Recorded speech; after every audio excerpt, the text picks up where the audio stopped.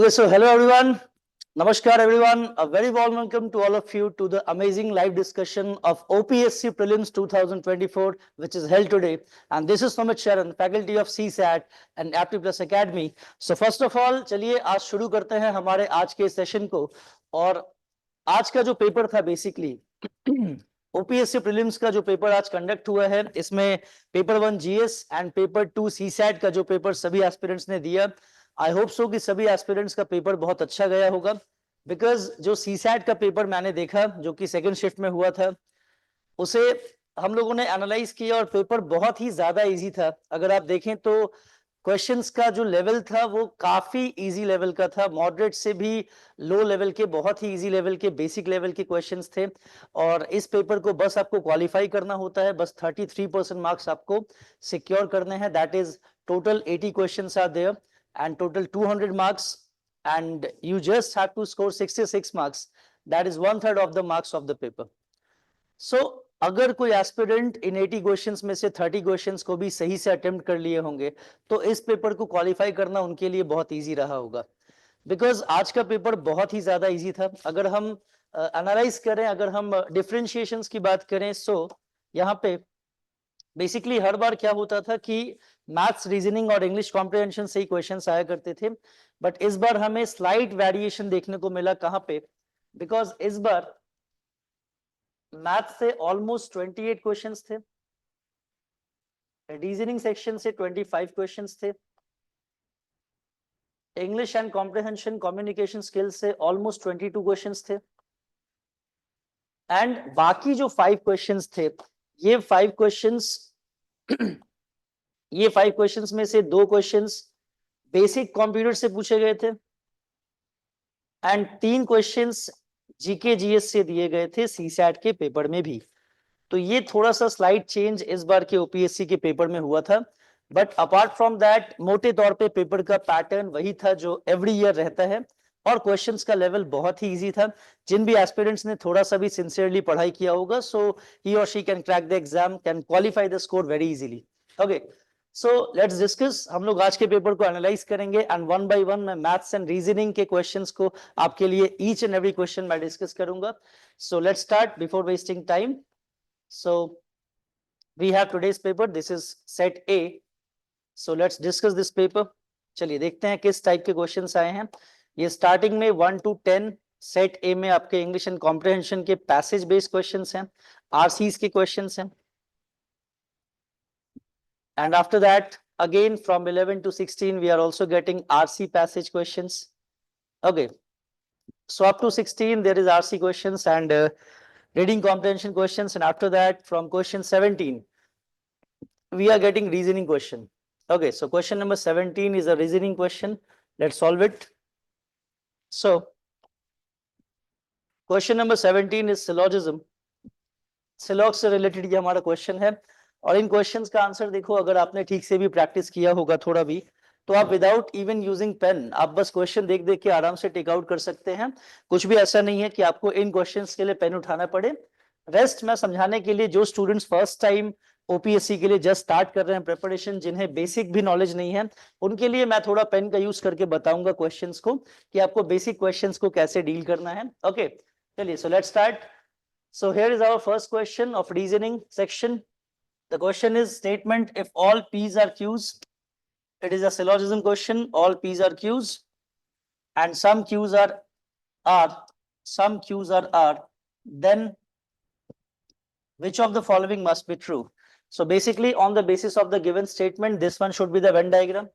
And on the basis of this Venn diagram, you have to given the answer among these 4 options. Okay. So first of all PRR. All PRR must be true, it's wrong. Some PRR, it is also wrong. No PRR, it is also wrong, because some P can be R. There is a possibility that some P can be R or all P can be R in the case of possibility.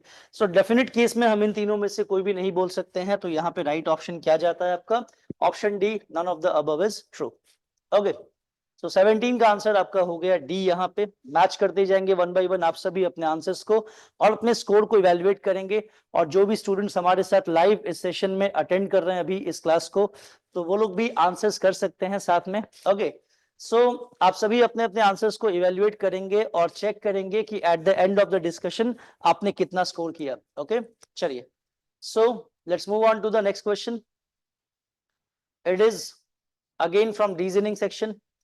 Now, how many pairs of letters are there in the word castraphone which have as many letters between them in the word as in the alphabet? Okay, so we have the word castraphone.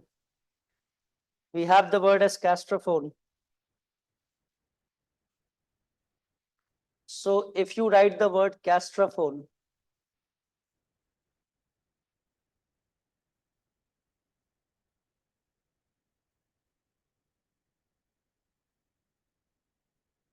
I'm writing it here. Okay.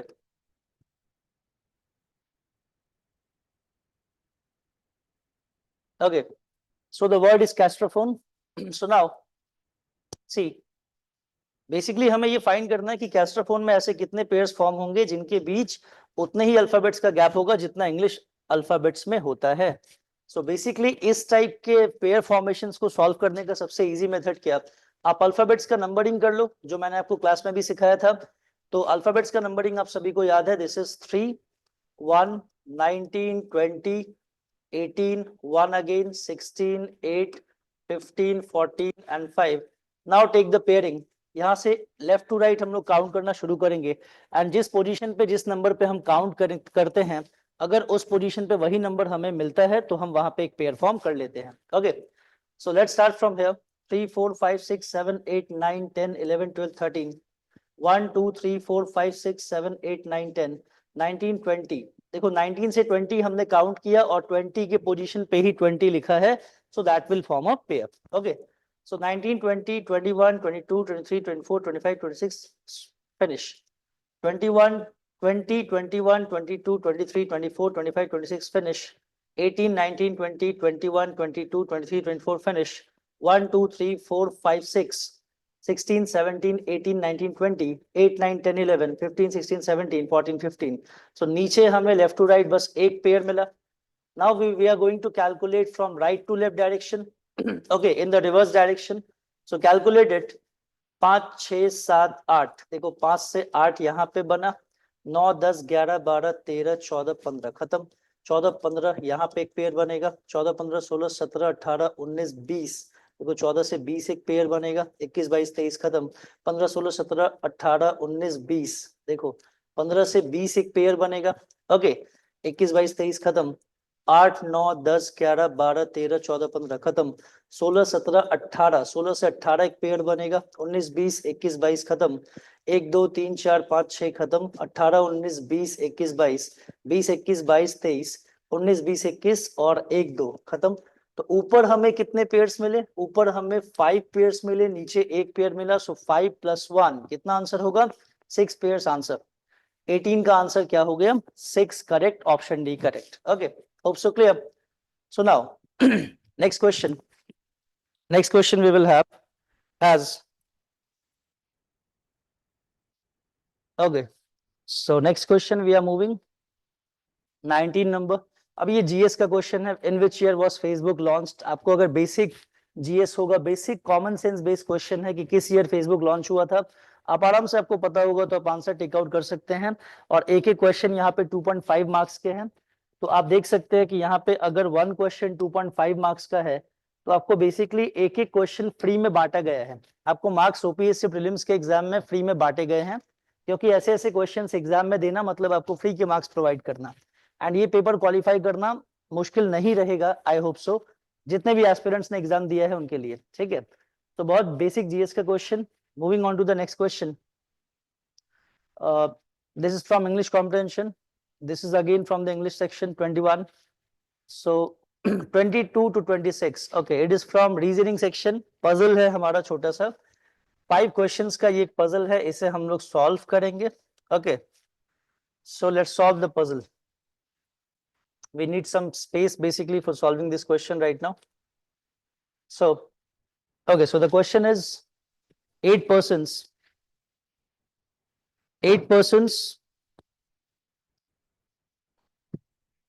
E, F, G, H, I, J, K, L are seated around a square table, 2 on each side. See, 8 persons are seated around a square table but two on each side. Her side दो लोग करके बैठे हैं इस तरह से square table के around. Okay, there are three lady members and they are not seated next to each other. Three lady members हैं, three females हैं, so definitely five males होंगे 8 में से. And no lady members are seated next to each other. Okay, कोई भी lady members adjacent नहीं बैठेंगे यहाँ पे. Okay, so next point is what? J is between L and F. J is between L and F. So अगर हम points को यहाँ पे ध्यान से लिखें कि J is between L and F, J L और F के बीच बैठेंगे. Okay, G is between I and F. See, G is between I and F. G जहां भी बैठेंगे I and F के बीच बैठेंगे. H, a lady member, is second to the left of J. H is a lady member, is second to the left of J. आप इसे ऐसे solve कर सकते हैं कि H is a lady member and is sitting second left of J. Okay. Left F, a male member is seated opposite to E. F, a male member is seated opposite to E, a lady member. Okay. F, a male member is seated opposite to E and E is a lady member. Okay. E is a lady member. So F is basically opposite to E, but E is a lady member. There is a lady member between F and I. F and I के बीच में एक lady member होंगी. चलो. So F and I के बीच में एक lady member seat करेंगी. तो यहाँ पे F and I के बीच में जो लेडी मेंबर है वो ऑलरेडी कौन है? G है. चलो, तो हमें इंस्ट्रक्शन पढ़ते ही हमें ये पता चल गया कि थ्री लेडी मेंबर्स कौन कौन है? H, G and E. They are three lady members and no two lady members will seated adjacent to each other. Okay, so now we are going to set this arrangement. तो हम लोग शुरू करते हैं. चलो, फॉर एग्जाम्पल ये 5 तो एक साथ बैठेंगे, ये 5 बैक टू बैक बैठेंगे. हमें ये समझ में आ गया because we are getting an arrangement है. और इसमें से अगर आप किसी को भी पुट करें, सपोज जे का डेटा हमें दिया है, तो जे को अगर हम कहीं भी पुट करें, सपोज दैट जे को अगर हम यहाँ फिक्स करते हैं. अच्छा, फेसिंग के बारे में कहीं भी कुछ नहीं बोला गया हमें यहाँ पे. किसी क्वेश्चंस में फेसिंग इनसाइड होता है और आउटसाइड भी होता है, बट इस क्वेश्चन को बहुत ही इजी रखा गया है हर मेंबर्स का फेसिंग इनसाइड करके. बिकॉज क्वेश्चन में अगर फेसिंग के बारे में कुछ भी नहीं बोला जाए तो आपको बाय डिफॉल्ट सभी मेंबर्स का फेसिंग इनसाइड मान के सॉल्व करना है. ओके, सो नाउ जे को हमने यहाँ पे फिक्स करा एंड थ्री फीमेल मेंबर्स के बाद जितने भी बचेंगे वो सारे क्या हो जाएंगे? मेल मेंबर्स हो जाएंगे ऑब्वियसली. तो जे को हमने यहाँ पे फिक्स किया एंड नाउ सी जे के अराउंड अगर आप देखेंगे ध्यान से तो जे के आसपास कौन कौन सीटेड है? यहाँ पे जे के आसपास एल और एफ सीटेड हैं. तो अगर हम यहाँ से सीटिंग शुरू करें, जे के सेकंड लेफ्ट में एच है. ओके, सो यहाँ से अगर हम जे के पास में हमने एफ को यहाँ पे सीटेड कराया, यहाँ पे जी को सीटेड कराया एंड यहाँ पे आई को फिक्स किया एंड जे के सेकंड साइड में कौन बैठेंगे? एल बैठेंगे. और जे के सेकंड लेफ्ट में एच है, तो जे के सेकंड लेफ्ट में एच यहाँ पे हो जा रहे हैं. और देखो इन दैट केस एफ के ऑपोजिट ई बैठ रही है यहाँ पे. तो एफ के ऑपोजिट पोजीशन पे ई यहाँ पे अगर आ गई तो सभी मेंबर्स यहाँ पे सेट हो गए. लास्ट मेंबर कौन बच गया? Last member is I think के रिमेनिंग. तो के यहाँ पे हो जाएंगे. So three female members are G, H and E and apart from that all will be male members. बाकी जितने भी बचेंगे सारे मेल मेंबर्स हो जाएंगे. H, G और E को छोड़ के बाकी सारे मेल मेंबर्स हो जाएंगे. So this is our complete arrangement. Okay.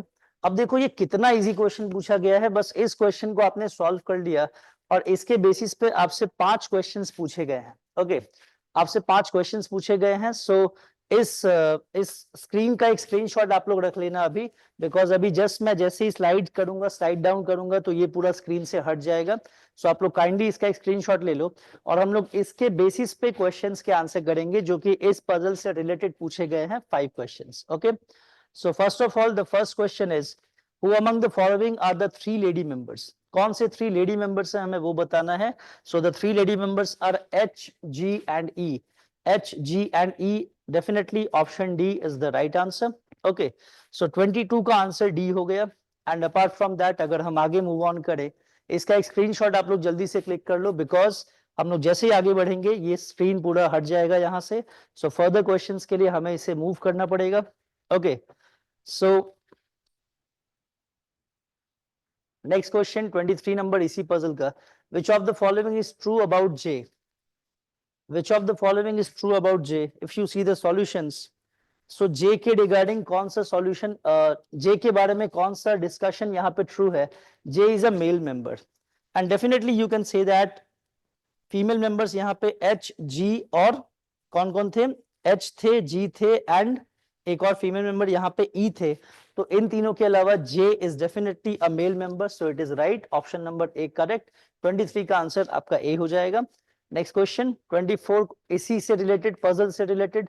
Who among the following is seated between E and H? E and H के बीच कौन बैठेंगे?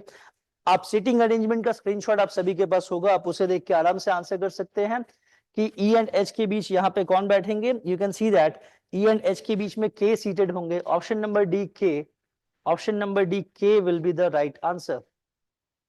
Option number D K will be the right answer. Okay, next question number 25. Who among the following is to the immediate left of F? Who among the following is to the immediate left of F? As you can see, the immediate left of J.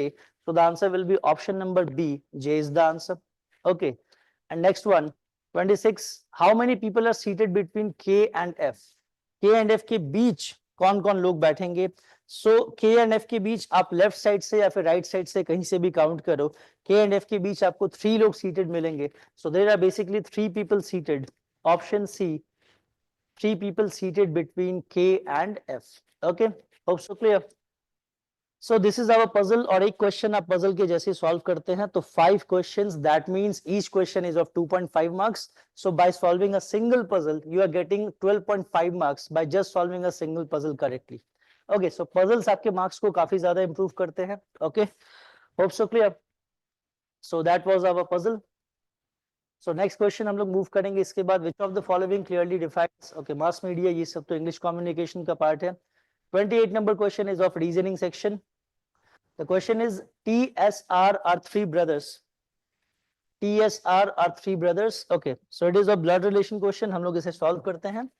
हम लोग इसका family tree बनाएंगे अभी. Okay. So the question is TSR are 3 brothers. Draw the family tree. T's son Q is married. T's son Q is married to K. T's son Q is married to K and they have one child Rahul. They have one child Rahul. Blessed to them. जब तक child का gender clear ना हो अपने मन से plus या minus define मत करना कभी भी, ठीक है? नेम से कभी भी जेंडर डिफाइन मत करना ब्लड रिलेशन के क्वेश्चंस में, इस बात को हमेशा ध्यान रखना सभी कि राहुल नाम हो, अनीता नाम हो, कुछ भी नाम हो, XYZ कुछ भी नाम हो, जब तक उसका जेंडर नहीं पता अपने मन से जेंडर डिफाइन मत करना प्लस या माइनस लिख करके. तो हमें चाइल्ड राहुल बोला गया है, we can't define the gender of Rahul right now. Okay, M the son of S, M the son of S is married to H. M is married to H. Very nice. Okay. And this couple is blessed with a daughter Madhvi. This couple is blessed with a daughter Madhvi. Okay. R has a daughter N. R has a daughter N. Who is married to P? Who is married to P? Okay. This couple has one daughter Karuna. One daughter Karuna born to them. How is Madhvi related to S? So this will be our complete family tree, and on the basis of that you have to tell that how is Madhvi related to S? How is Madhvi related to S? Madhvi का relation S के साथ क्या होगा? Definitely Madhvi is the granddaughter of S. Option C will be the right answer. Okay, hope so clear. चलिए. So option C right answer. Now moving on to the next question. So the question is all about a postman was returning to the post office which was in front of him to the north. Okay, a postman was returning to the post office which was in front of him to the north. Okay, so when the post office was 100 meter away, जब ये post office 100 meter के distance पे था from him, he turned to the left and walked 50 meter.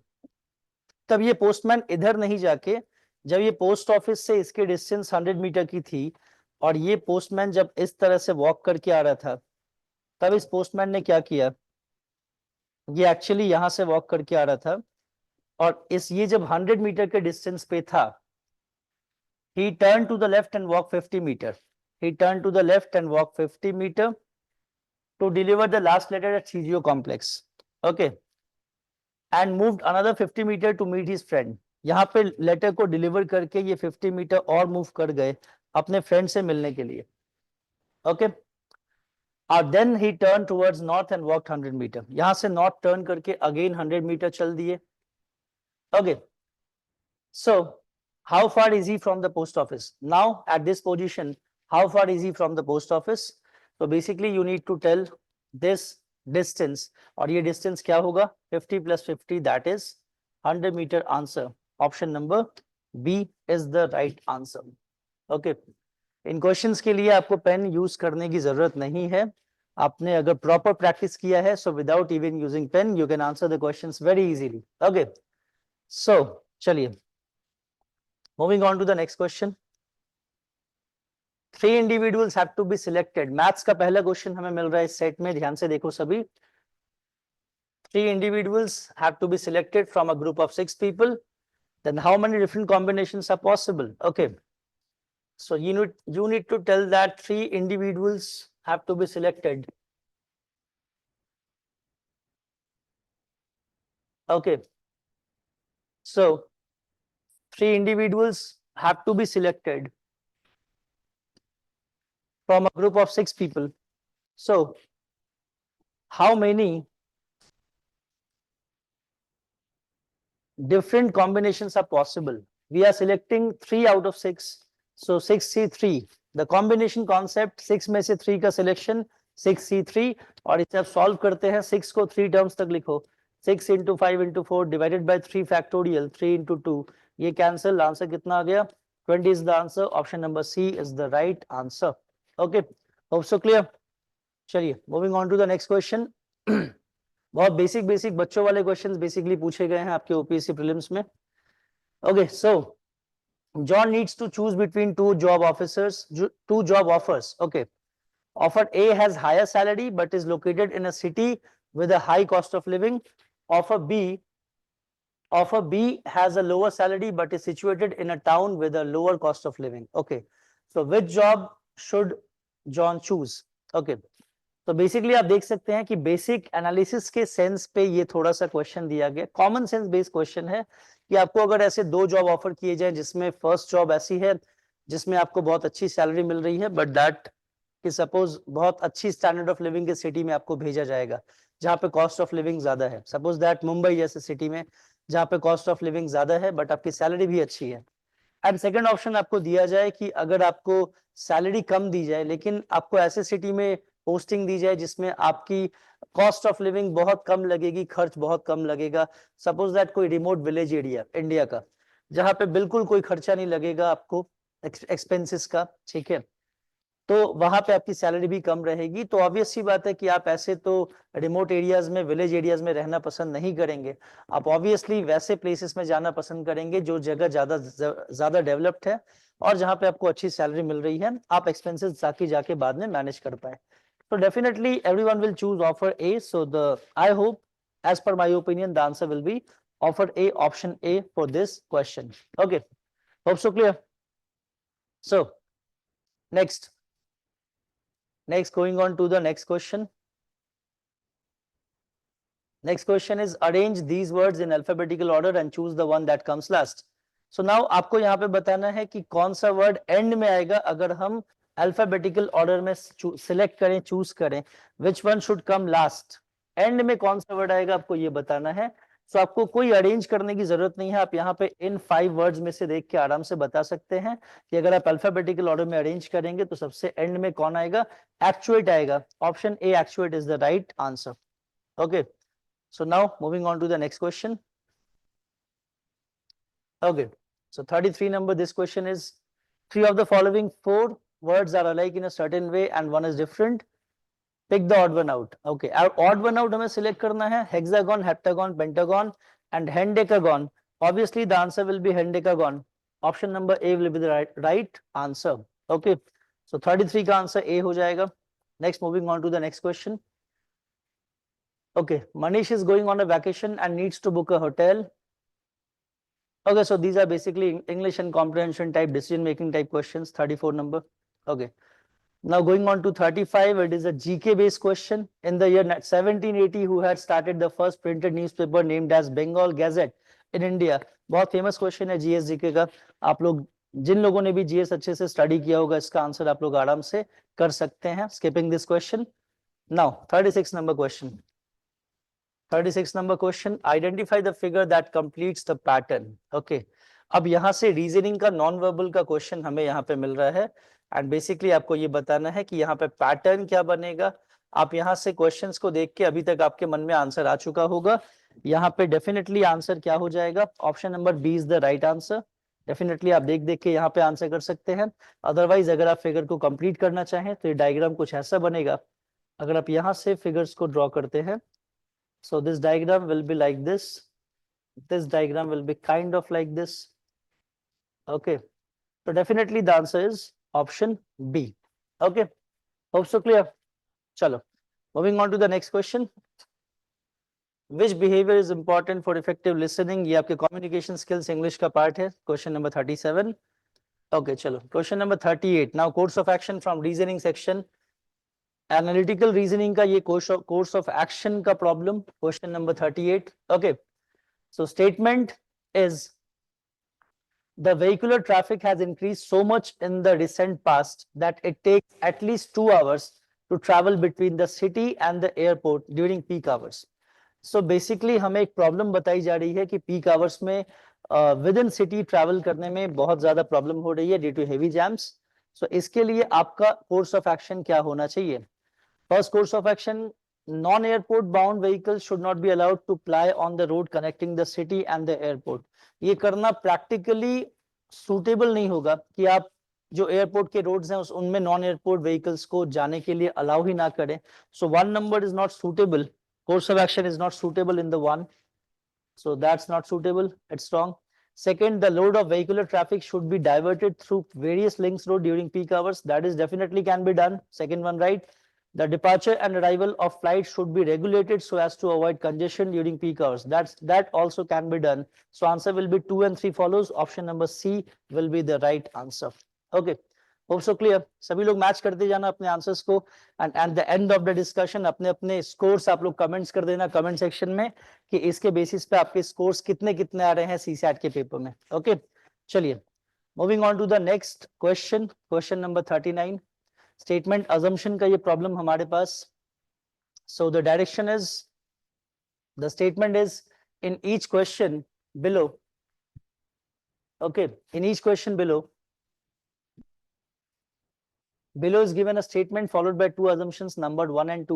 Consider the statement and decide which of the given assumptions is implicit. Okay, a statement in the call letter given to candidates of the written examination states you have to bear the travel expenses for attending the written examination. Okay, अब देखो मैंने आपको एक बात बताया था हमेशा कि आपको स्टेटमेंट में, मेरे क्लासरूम के जो स्टूडेंट्स हैं उनको ये बात बहुत अच्छे से पता होती है कि स्टेटमेंट अजम्पशन में हमेशा हम स्टेटमेंट गिवर के हिसाब से assumptions को चेक करते हैं because statement always varies person to person. आपका assumption कुछ और, assumption always varies person to person.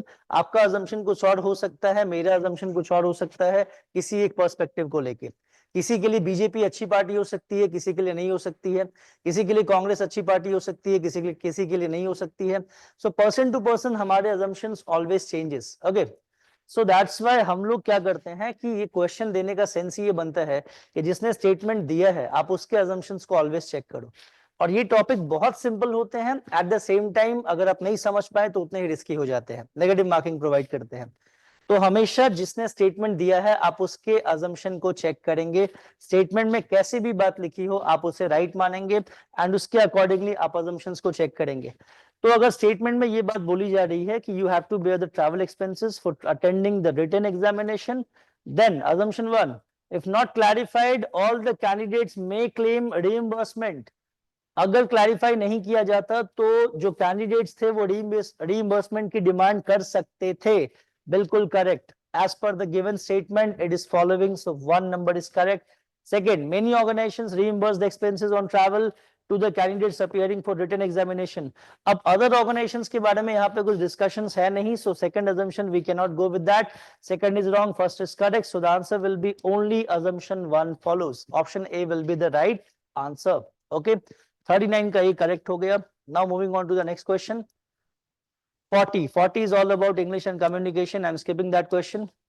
So 41 से 45 देखो ये वेन डायग्राम बेस्ड बहुत बच्चों वाला छोटा सा क्वेश्चन है और इस क्वेश्चन के बेसिस पे आपको 5 क्वेश्चंस एकदम फ्री में टिक आउट करने के लिए दिए जा रहे हैं यहाँ पे. So basically what is all about, see अब यहाँ पे in this following figure rectangle, square, circle and triangle represents the regions of wheat, gram, maize and rice. Okay, so wheat का रीजन यहाँ पे शो कर रहा है रेक्टेंगल, स्क्वायर का रीजन यहाँ पे शो कर रहा है gram, this is square and this is rectangle.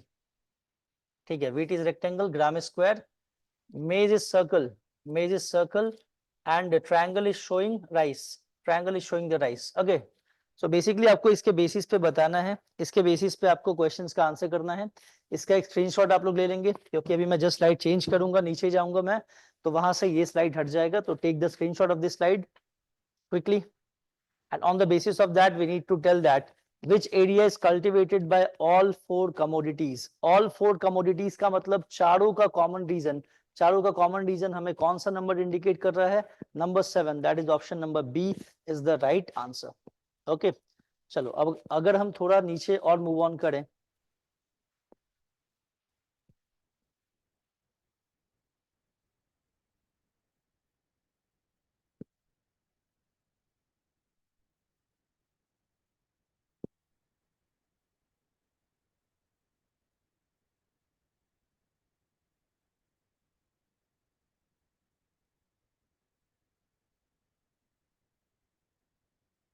okay, so question number 42, which area is cultivated by wheat and maize only. So wheat and maize means what? I hope so आप सभी ने screenshot ले लिया होगा. wheat and maize का मतलब होगा circle and rectangle का common region, and circle and rectangle का कॉमन रीजन क्या हो जाएगा, only in these 2 regions we are getting number 4. देखो बहुत लोग यहाँ पे रॉन्ग अंडरस्टैंड करते हैं, बाकी नंबर्स के जोन में चले जाते हैं. जिन 2 रीजन्स को पूछा गया है उन 2 रीजन्स को बहुत केयरफुली आपको देखा जाना है. अगर हमें ये बोला गया है कि which area is cultivated by wheat and मेज ओनली, सो व्हीट एंड मेज को रिप्रेजेंट करने वाले कौन से जोन्स हैं, बस उन दोनों को देखना है. ओनली वर्ड है, बस इन दोनों को देखना है, इसके अलावा किसी और टर्म को हमें नहीं देखना. So that's why wheat and maize is represented by rectangle and circle. Rectangle and circle का common reason है number 4. So number 4 will be the answer. Option number D is the right answer. Option number D is the right answer. Okay. Here option D will be the right answer.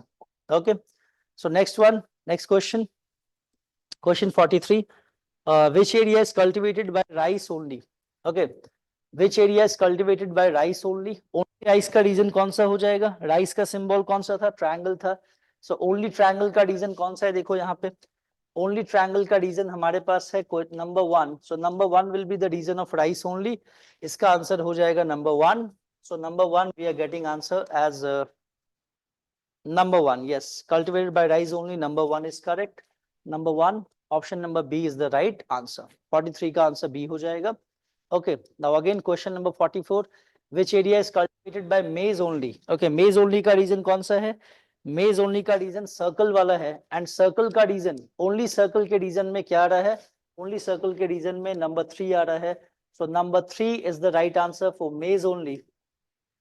Number 3 right answer for maize only. Number 3, option number C will be the right answer. Okay.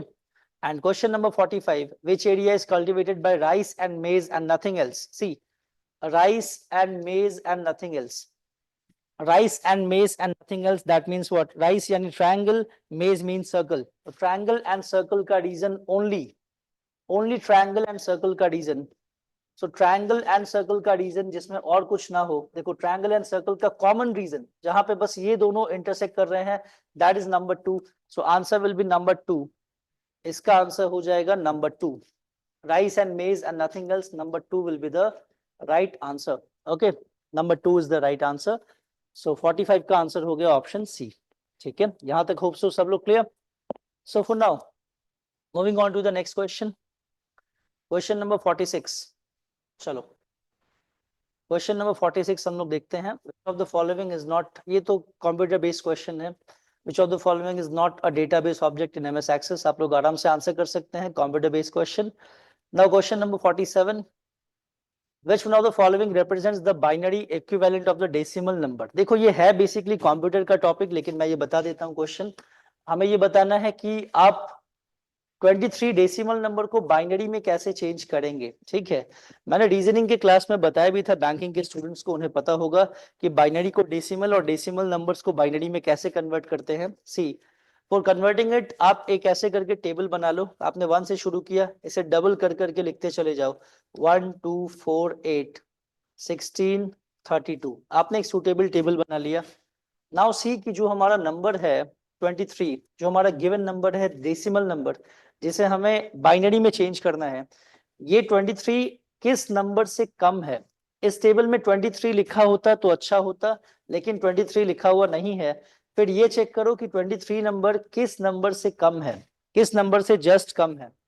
आप अगर देखेंगे तो 23 किस से कम है, यहाँ पे 32 से जस्ट कम है, बिकॉज 32 यहाँ पे 23 से ज्यादा हो जाएगा रेंज में. ओके, सो यहाँ पे आप देखेंगे कि जो 23 है वो 32 से जस्ट कम है. तो यहाँ पे आपको सबसे पहला काम क्या करना है कि आपको जो नंबर कम है, आपको उसके नीचे यहाँ पे 1 लगा देना है. क्या बोला मैंने फिर से एक बार, आपने टेबल में 23 नंबर नहीं पाया, तो 23 से जस्ट छोटा जो नंबर होगा, दैट इज व्हाट, 23 से जस्ट छोटा कौन सा नंबर है, दैट इज 16. आपने 16 के नीचे 1 लिख दिया. ओके, अब इन दोनों का डिफरेंस चेक करो, दैट इज 23 माइनस 16 कितना हो गया, 7. अब देखो टेबल में 7 कहीं भी नहीं है, तो 7 से जस्ट छोटा नंबर कौन सा, 7 से जस्ट छोटा नंबर 4 है, 4 के नीचे 1 लिख दो. अब दोनों का डिफरेंस 7 माइनस 4 दैट इज 3. अब देखो टेबल में 3 कहीं भी नहीं है, लेकिन 3 से जस्ट छोटा नंबर कितना है, 3 से छोटा 2 है, 2 के नीचे 1 लिख दो. दोनों का डिफरेंस 3 माइनस 2 दैट इज 1. देखो टेबल में आपको 1 डायरेक्टली मिल गया, आपने 1 के नीचे 1 लिख दिया, और ये कंप्लीट हो गया. और जो भी नंबर्स बचे उसके नीचे आप 0 लगा दो. So 10111, 10111 is the binary conversion of 23. 10111, option number B will be the right answer. Option B will be the right answer. Okay, 47 का आंसर B हो गया. Hope so clear. चलिए, moving on to the next question, 48 number. In which year was educational TV first introduced in India? बहुत GK based, देखो बहुत अच्छा question है, बहुत जीके बेस्ड, आप लोग बहुत आराम से आंसर कर दिए होंगे, आई होप सो इसका. ठीक है, चलो 49 number, which is the largest storage unit among the following. चलो ये भी आपका कंप्यूटर बेस्ड क्वेश्चन, आप लोग आंसर कर ही दिए होंगे. Next, an area is affected by severe flooding. देखो कोर्स ऑफ एक्शन का again another question, reasoning section का. An area is affected by severe flooding. You as a DM have limited resources. Which of the following should be your immediate priority? Okay, first of all, repairing roads, distributing food and water, rebuilding houses, organizing entertainment to lift people's spirits. Okay, so obviously बहुत basic common sense based question है ये हमारे पास. आप आराम से first of all आप क्या करेंगे, distributing food and water should be the immediate action by a DM. Option number B should be the right answer. Okay, hope so clear. Now moving on to the next question. चलो बच्चों वाले question हम लोगों ने बहुत बना लिया यहाँ तक. अब थोड़े ढंग के क्वेश्चन देखते हैं. यहाँ से मैथ्स के थोड़े कैलकुलेशन बेस्ड क्वेश्चंस पूछे गए हैं. इसके पहले वाले क्वेश्चन सभी एकदम बहुत लो लेवल के क्वेश्चंस थे, बहुत ही इजी लेवल के क्वेश्चन थे, जो आप लोगों ने बहुत इजीली सॉल्व कर लिया होगा. Okay, so from now we are getting mathematics questions, और यहाँ से कुछ कैलकुलेशंस हमारे स्टार्ट होंगे. So first of all see carefully, यहाँ से हम लोग काम कैसे करेंगे देखते हैं. चलिए, सो see here the question is all about DI. Okay, we are having a DI question and इसे हम solve करेंगे कैसे देखते हैं. चलो, see, it is a bar graph question. We are having a bar graph question and basically we need to solve it. And bar graph में हमें क्या काम करना होता है, इसमें हमें 5 questions पूछे गए हैं. And the bar graph given below shows the sales of books in 1000 numbers from 6 branches B1 to B6 of a publishing company during 2 consecutive years, 2000 and 2001. So here we are having 2 different years data is given.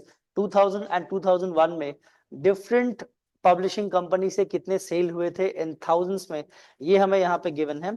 So first data, the dark one is 2000 data, and second one is all about 2001 data. Okay. So we need to answer on the basis of these two given data. So first of all, यहाँ पे हम कैसे काम करेंगे? Here we have 5 questions. The first question is, what is the ratio of the total sales of branch B2 for both years?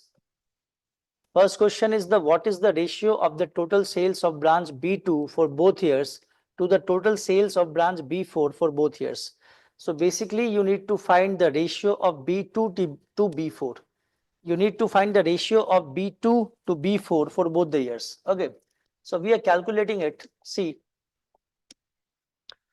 you need to find the ratio of B2 to B4 for both the years. So B2 के datas क्या हो जाएंगे? आप अगर यहाँ पे check करोगे, ये 65 प्लस 75, ये यहाँ पे कितना हो जाएगा? इससे 5 यहाँ पे ऐड कर दो, it will become 70 and 70 140. And यहाँ पे आप B4 के डेटा को ऐड करेंगे, B2 विद द B4. इन दोनों को अगर आप सम करेंगे, यहाँ से 5 यहाँ पे ऐड कर दो, 90 90 दोनों हो जाएंगे, इट विल बिकम 180. सो यहाँ पे आप जैसे रेशियो लेंगे 2 से कट करो, ठीक है? तो 7:9 इज द रेशियो. हमें रेशियो ही पूछा गया था, it is 7:9. Option D is the right answer. 7:9, option D is the right answer. Option D is the right answer. Okay, so 51 का आंसर डी हो जाएगा. आप लोग आंसर्स मैच करते जाएंगे सभी. And next question is total sales.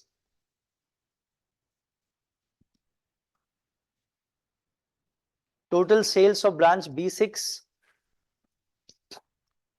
Total sales of branch B6 for both the years are what percent of the total sales of branch B3 for both the years? So now the total sales of branch B6 for both the years are what percent of the total sales of branch B3 for both the years? See, B6 is what percent of the total sales of branch B3? B6 is what percent of the B3? You need to find B6 is what percent of B3. So first take the ratio always. B6 is what percent of B3? इन दोनों को add करो, कितना हो जाएगा? 150 both the years. This is what percent of B3? B3 मतलब इस data के basis में इन दोनों को ऐड करो, ये कितना हो जाएगा? यहाँ से 5 इसे दे दो, it will become 100 and this is 105, 100, 105, 205. सही है? ठीक है, सही है. Now take the ratios. You will take the ratios, you will get. So 30 is to 41. So 30 is basically what percentage of the 41? आप इसे जैसे multiply करेंगे, you will get almost 3000 by 41. 3000 by 41. Check करके फटाफट comments करो. You will get almost 73.17%. It will give you 73.17% approximately. 73.17% approximately. So it is 73.17%. 73.17. Yes, option number C is the right answer. Option C is the right answer. 52 का answer हो जाएगा हमारा C. Okay, hope so clear. So next question इसके बाद we are moving on to the next question. 53 number. What percent of the average sales? Question is visible to all. I hope so. Question is clearly visible to all. Okay. So, okay, it's visible. ठीक है. So for now, what percent of the average sales of branches B1, B2, and B3? What percent of the average sales of branches B1, B2, and B3 in 2001 is the average sales of branches B1, B3, and B6 in 2000? See, question देखो, अगर मैं आपसे बोलूं कि what percent of A is B, what percent of A is B, इसका मतलब क्या होता है कि B is what percent of A. So what percent of A is B पूछा गया है. So basically second term is what percent of the first term. तो पहले second term is what percent of the first term पूछा गया. Second term को first लिख लो and take the ratios. This is average sales of branches B1, B3, B6. Average sales of branches B1, B3, B6. If you see average sales of branches B1, B3, B6. So we need to take first 136 का average. 136 average. Actually slide ऊपर करने पे फिर ये हमारा लिखा हुआ हट जाएगा. इसे हमें करना क्या है, देखो we need to take the data. We need to take the average first of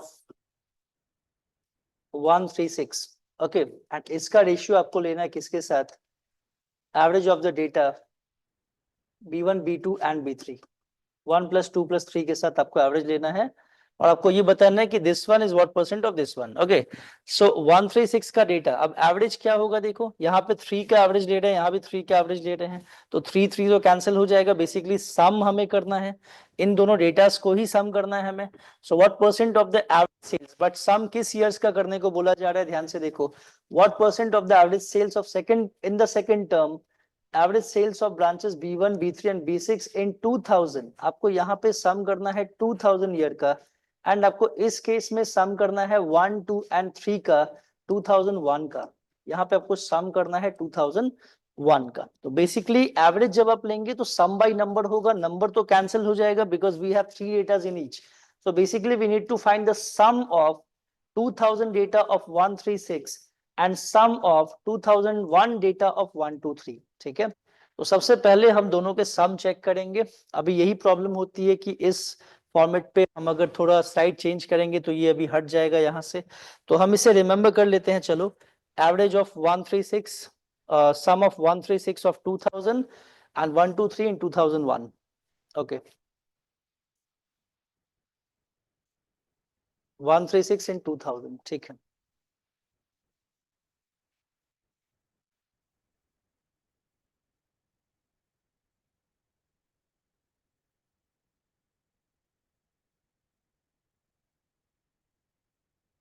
ठीक है. हमें बेसिकली इसका सम फाइंड करना है, 136 in 2000 and 123 in 2001. Okay, so first take the sums. देखो 2000 वाला कौन सा डेटा है? जो डार्क रेशियो में है, जो हमें डार्क डेटा गिवन है यहाँ पे, दैट आर 2000 डेटा. सो 1 + 3 + 6 हमें करना है.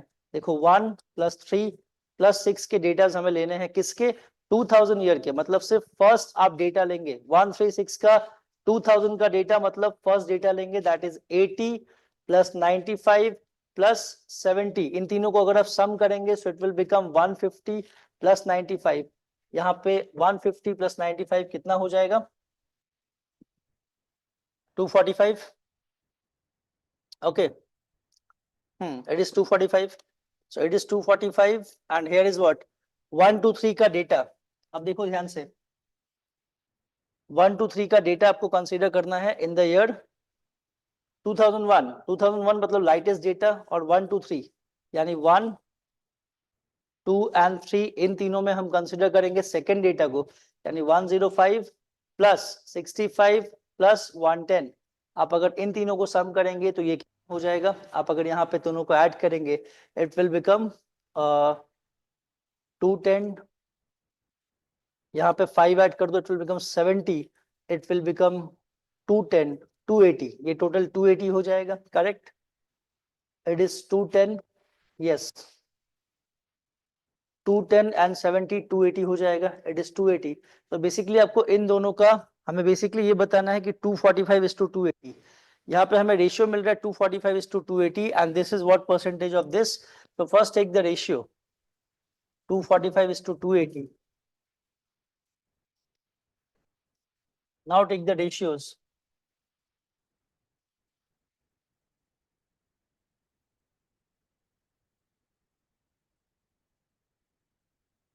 So 49 is basically 7. 7:8 is the ratio. 7 is basically what percentage of the 8. आप इसे जैसे ही कैंसिल आउट करेंगे 4 से कट कर दो. ठीक है, it is what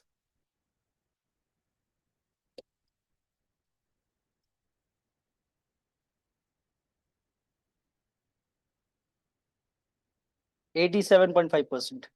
It is 87.5% in the options. 87.5% we are getting. Okay, 87.5%. Yes, it is in the options. So option number D should be the right answer of this question. 53 का answer क्या हो जाएगा? D हो जाएगा. That is the right answer. Okay, hope so clear.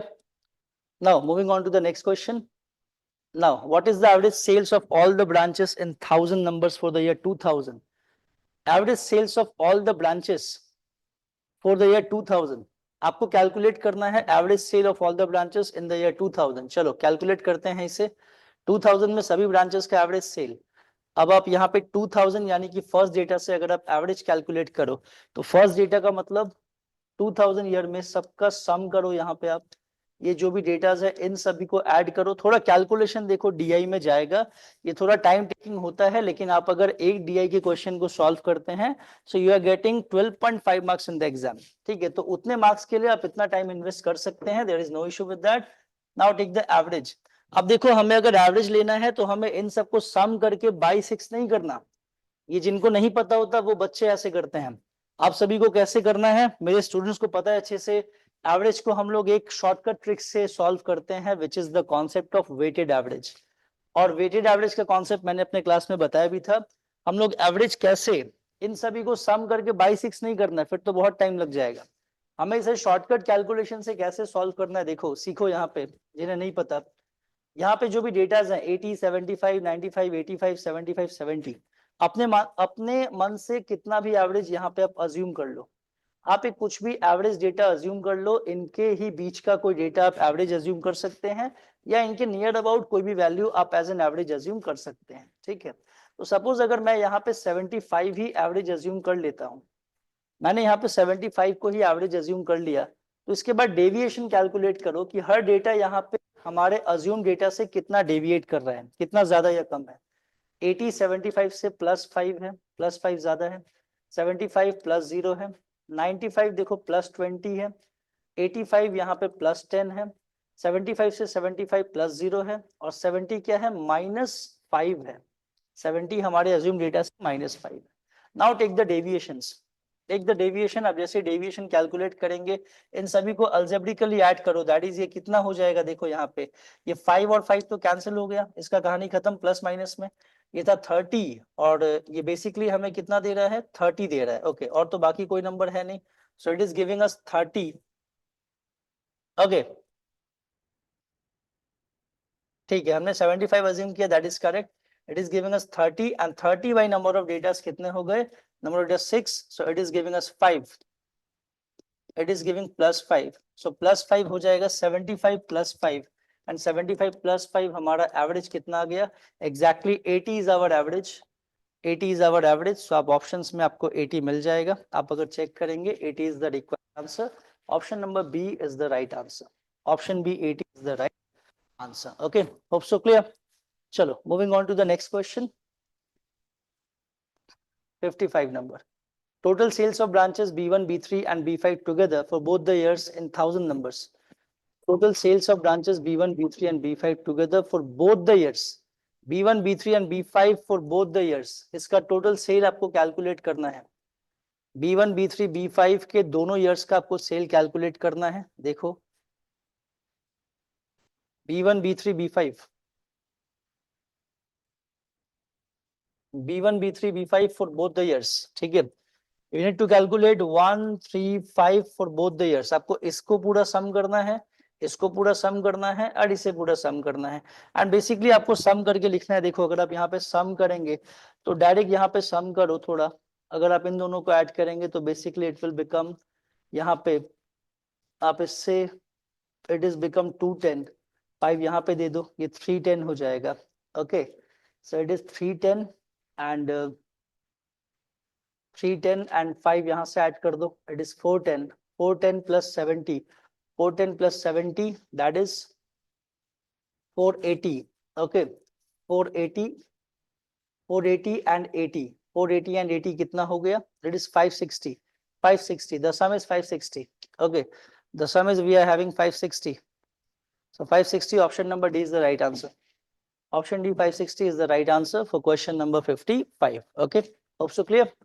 चलो moving on to the next question. Question number 56। चलो, the sum of the digits of a 2 digit number is 9। अब देखो ये नंबर सिस्टम का बहुत कॉमन सेंस बेसिक क्वेश्चन है। The sum of the digits of a 2 digit number is 9। Okay, if the number form by reversing the digits is 9 less than the original number. Numbers को reverse करने पे, अगर मान लो हमारा number XY था, अगर हमारा नंबर XY था, तो नंबर्स को रिवर्स करने पे yx बनेगा, और ये जो डिफरेंस है दोनों नंबर्स का, it is less than 9, 9 less than the original number. ठीक है, 9 less than the original number, मतलब इन दोनों का डिफरेंस एग्जैक्टली 9 का बन रहा है।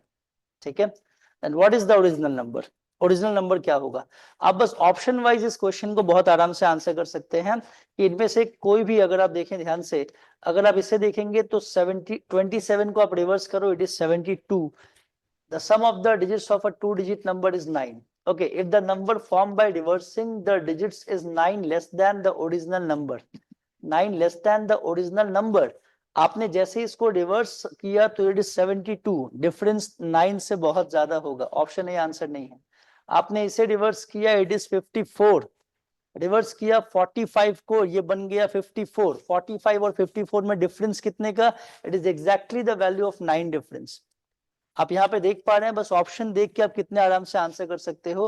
45 के डिजिट्स को आप रिवर्स करो, इट विल बिकम 54, और 45 एंड 54 में डिफरेंस कितने का होता है? 9 का एग्जैक्ट डिफरेंस होता है, जो कि हमारे क्वेश्चन को सेटिस्फाई कर रहा है। Option B will be the right answer. और 63 को आप रिवर्स करेंगे 36, यहाँ पे भी आंसर नहीं आएगा। Option B definitely is the right answer for 56 question. Okay, चलो moving on to the next question. 57 number. A man spends 30% of his salary on rent and 20% on food. 50% इसने स्पेंड कर दिया, 50% हाफ सैलरी बचा हुआ है, and half salary का value हमें given है क्वेश्चन में $2500। तो हाफ सैलरी की वैल्यू $2500, तो टोटल सैलरी कितनी मिली थी? $5000। Option number B is the right answer.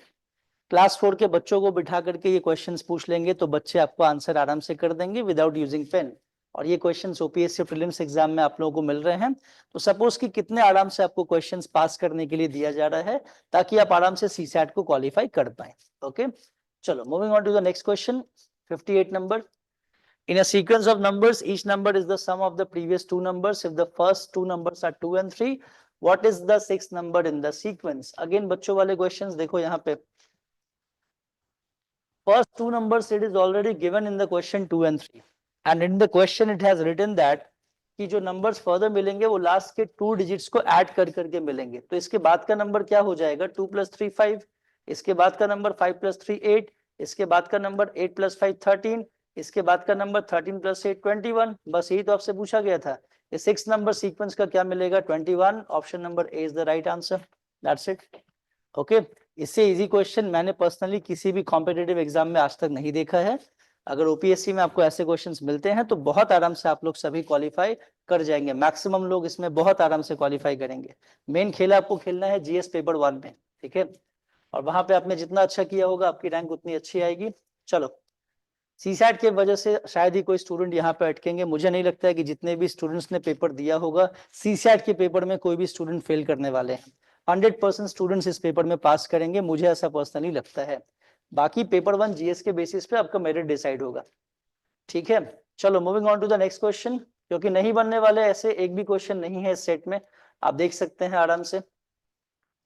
59 नंबर। A water tank, pipes and cisterns. चलो, a water tank has 2 inlet pipes and 1 outlet pipe. The inlet pipes can fill the tank in 4 hours and 6 hours respectively. The outlet pipe can empty the tank in 8 hours. If all the 3 pipes are opened simultaneously, how long will it take to fill the tank? एकदम बच्चों वाले question. First pipe can fill the tank in 4 hours, second pipe can fill the tank in 6 hours, third pipe can empty the tank in 8 hours. This is an emptying pipe. ठीक है, तीनों का LCM ले लो, कितना हो जाएगा बताओ। यहाँ सब सॉल्व करेंगे। तीनों का एलसीएम लेने का मेथड क्या? जो सबसे बड़ा नंबर है उसके मल्टीपल्स को चेक करो 1 by 1, जो लीस्ट मल्टीपल बाकी नंबर से डिविजिबल होगा that will be the LCM. Okay, so यहाँ पे आप चेक करो 8 16, 16 भी डिविजिबल नहीं है। 24 यहाँ पे बाकी दोनों से डिविजिबल है, तो 24 इज द एलसीएम। और आप यहाँ से नाउ 4 by 24 कितना हो जाएगा? 6। 24 by 6 यहाँ पे कितना हो जाएगा? 4। 24 by 8 कितना हो जाएगा? 3। Okay, so these are the frequencies of all the 3 pipes in which this is an emptying pipe. तो empty pipe के frequency को हम लोग माइनस में लेते हैं, एंड फॉर्मूला होता है work done equal to time into efficiency. So time हमसे पूछा गया है, time equal to work done by efficiency. So total amount of work done is 24 units. And efficiency combined 6 + 4 10 - 3 कितना 7, तो 24/7 अप्रोक्सीमेटली कितना देगा ये, अप्रोक्सीमेटली 3 आवर देगा, 3 पॉइंट समथिंग आवर्स आएंगे, approximately 3 hours is the answer, option number A is the right answer. Okay, hope so clear. चलो moving on to the next question. 59 का answer A हो गया, ठीक है। 60 number, a sum of rupees 10,000 is divided, a sum of rupees 10,000 is divided into two parts such that one part is invested at 8% per annum and the other part at 6% per annum. Okay, if the annual interest earned from both investments is 700, what is the amount invested at 8% interest? Okay, so suppose that यहाँ पे basically हमें दोनों SIs का sum दिया है ना, दोनों SIs का हमें sum दिया है, that is 700। सिंपल इंटरेस्ट का ये क्वेश्चन है यहाँ पे, और दोनों एसआईज का सम 1 ईयर के बाद दिया है 700। तो एसआई का फॉर्मूला हमें पता है, क्या होता है एसआई का फॉर्मूला, इट इज PRT/100।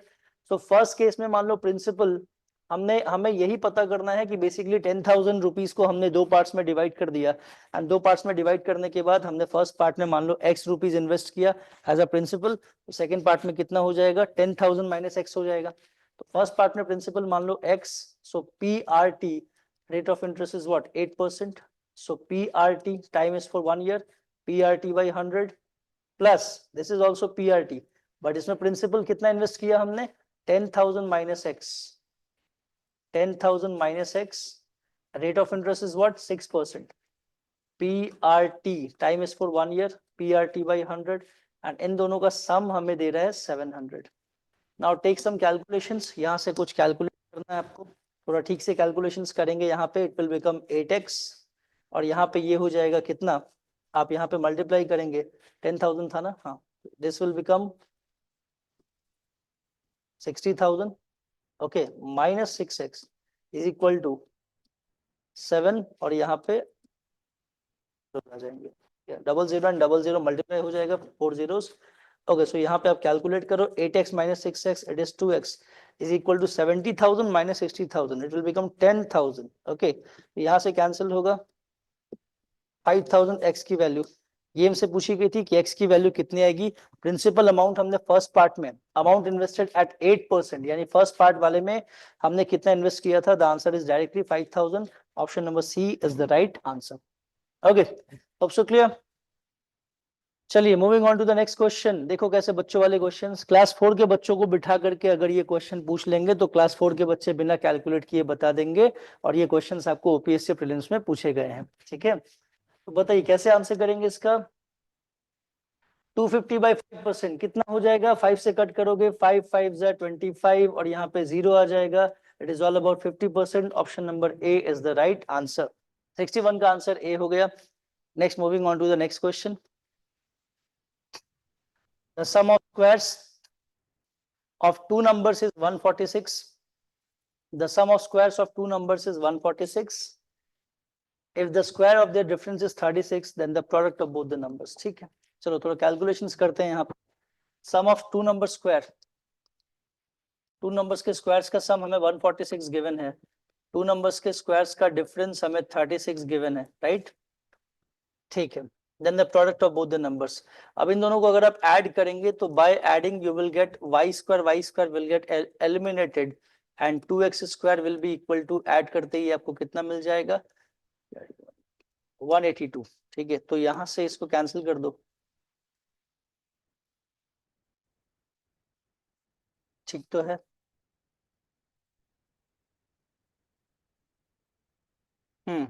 तो x की वैल्यू कितनी हो जाएगी यहाँ पे, x² 91, तो x हो जाएगा √91, एंड बाय सब्ट्रैक्टिंग, अगर इन दोनों को आप सब्ट्रैक्ट करेंगे यहाँ से, तो बाय सब्ट्रैक्टिंग आप जैसे सब्ट्रैक्ट करेंगे तो यहाँ पे सब्ट्रैक्ट करने पे x² will get eliminated and 2y² will be equal to, subtraction करेंगे तो यहाँ से 46 - 36 10 बचेगा, 110, ठीक है। ओके, सो यहाँ पे आप फर्दर कैलकुलेशंस करो,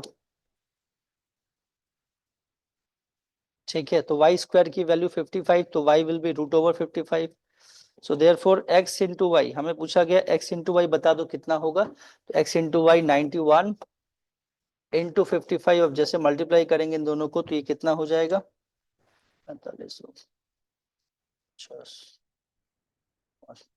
5005 5005 root under 5005 root under you approximately the value of 72. 5005 root under it will give you approximately the value of 70. 5005 approximately 70 आएगा, इसका वैल्यू आप अप्रोक्सीमेशन करके चेक करेंगे, it will give you 72 answer approximately. इसका answer approximately 72 हो जाएगा। About values आपको मिलेंगे यहाँ पे, इसका आंसर ए हो जाएगा 72। ओके, 62 का आंसर ए करेक्ट है। Next, moving on to the next question. A peon purchased a chair for rupees 700, spent 170 on its and rupees 30 on the cartage. Okay, so total CP कितना लग गया chair में? यहाँ पे 200, यहाँ पे 700, 900 लग गए CP में। If he sold the chair at rupees 1080, okay, his gain percentage, तो ठीक है, गेन कितना हुआ? 900 में खरीदे, 1080 में सेल किए, तो गेन हुआ 180 का। 180 आउट ऑफ 900 into 100, इसे सॉल्व कर लो आप, 9 टाइम्स इसको काट दो, इसको 20 टाइम्स काट दो, 20% का गेन। 20% का gain, option number B is the right answer for 63। Okay, now 64, find the next term in the sequence. Okay, find the next term in the sequence. Okay, so इस sequence में next term क्या होगा? देखो यहाँ पे अगर आप find करें इसे,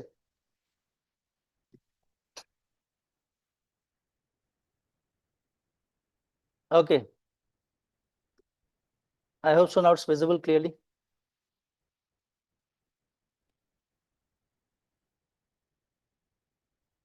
Okay, now it's clearly visible. So now you have to find the next term in the sequence. So इस सीक्वेंस में हमारा नेक्स्ट टर्म क्या हो जाएगा अगर हम इसे फाइंड करें? सो सी, यहाँ पे बहुत सिंपल सा सीक्वेंस हमारे पास गिवन है, आप अगर इसे चेक करें तो यहाँ पे आप देखें 17 से 17 इंटू 1 हुआ है, 17 से 51 इंटू 3 हुआ है, 51 से 255 इंटू 5 हुआ है क्या? बिल्कुल। तो यहाँ से आप करेंगे तो इंटू 7 हो रहा है यहाँ पे, और इसको आप करेंगे तो इंटू 9 हो जाएगा, तो इंटू 9 कर दो यहाँ पे।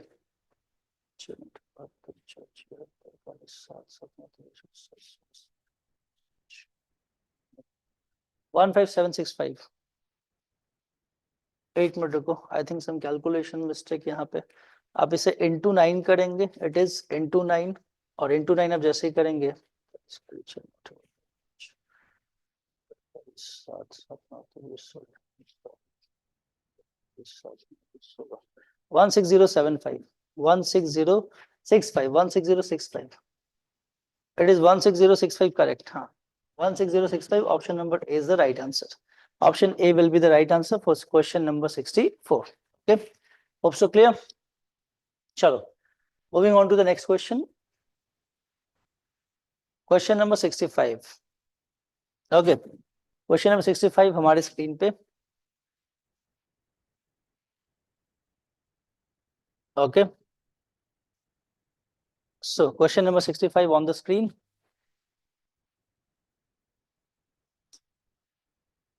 See, A can do 3/4 of a work in 12 days. He can complete 1/8 of the work in। देखो एकदम बिना पेन उठाए बहुत इजीली आप क्वेश्चंस का आंसर कर सकते हैं। इस टाइप के क्वेश्चन का क्या बोला गया हमें कि A can do 3/4 of a work in 12 days। अगर 3/4 वर्क करने में 12 डेज लगते हैं, मतलब 3 पार्ट फिनिश करने में 12 डेज का टाइम लगता है, तो 1 पार्ट फिनिश करने में कितने लगेंगे? 12/3, 4 डेज का टाइम लगेगा। 1 पार्ट फिनिश करने में 4 डेज का टाइम लग रहा है, तो यहाँ पे टोटल वर्क 4 पार्ट थे, यहाँ पे 16 डेज लगेंगे 4 पार्ट को खत्म करने में। सो ही कैन कंप्लीट 1/8। अगर 8 यूनिट खत्म करना हो तो यहाँ पे 8 into 4 कितने डेज लगेंगे? 32 डेज लगने चाहिए यहाँ पे। So he can complete 1/8 of the work in. इस 32 डेज में टोटल वर्क खत्म होता है, इसका 1/8 पार्ट कितने डेज में खत्म हो जाएगा? इसका 1/8 पार्ट कितने डेज में खत्म हो जाएगा? तो 32/8 कर दो, डेफिनेटली 4 डेज। हमें फ्रीक्वेंसी ही पूछा गया था, 4 days. Option number B is the right answer. Okay, चलो, B is the right answer for question number 65। Now moving on to the next question 66। देखो ये भी टाइम एंड वर्क का प्रॉब्लम।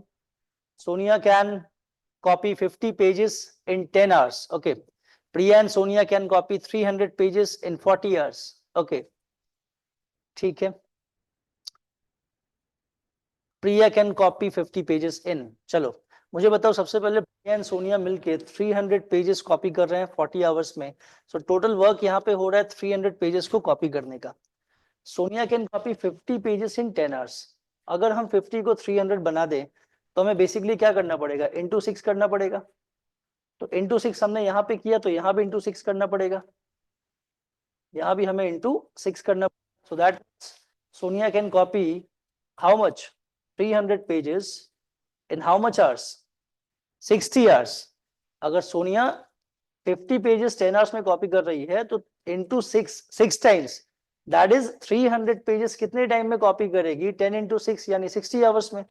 तो 300 पेजेस सोनिया कॉपी करेगी 60 आवर्स में, and Sonia plus प्रिया मिलके same 300 pages copy करेगी कितने आवर्स में, 40 आवर्स में। अब इन दोनों के लिए यहाँ पे हमने क्या किया, हमने वर्क डन सेम कर दिया फॉर कॉपिंग 300 पेजेस। हमने वर्क डन सेम कर दिया फॉर कॉपिंग 300 पेजेस, और इसे सोनिया अकेले फिनिश करती है 60 आवर में, एंड सोनिया अलोंग विद प्रिया खत्म करती है 40 आवर्स में। दोनों के फ्रीक्वेंसीज कैलकुलेट कर लो। 300 बाई 60 अगर आप करेंगे तो कितना हो जाएगा, 5 हो जाएगा। 300 बाई 40 करेंगे तो ये कितना आ जाएगा, ये समथिंग आएगा आपका यहाँ पे 30/4 हो जाएगा, दैट इज आपका 15/2 7.5 हो जाएगा, 7 होल 1/2 हो जाएगा। ठीक है, अब देखो यहाँ पे दोनों के फ्रीक्वेंसीज हमें पता चल गए। अगर आप ध्यान से देखेंगे तो सोनिया प्लस प्रिया मिलके यहाँ पे कॉम्बाइंड फ्रीक्वेंसी 7.5 का दे रहे हैं, जिसमें सोनिया के अकेले का फ्रीक्वेंसी 5 है, तो प्रिया का फ्रीक्वेंसी यहाँ पे क्या हो जाएगा, 2.5 का हो जाएगा। तो हमें ये बताया गया कि प्रिया can copy 30 pages.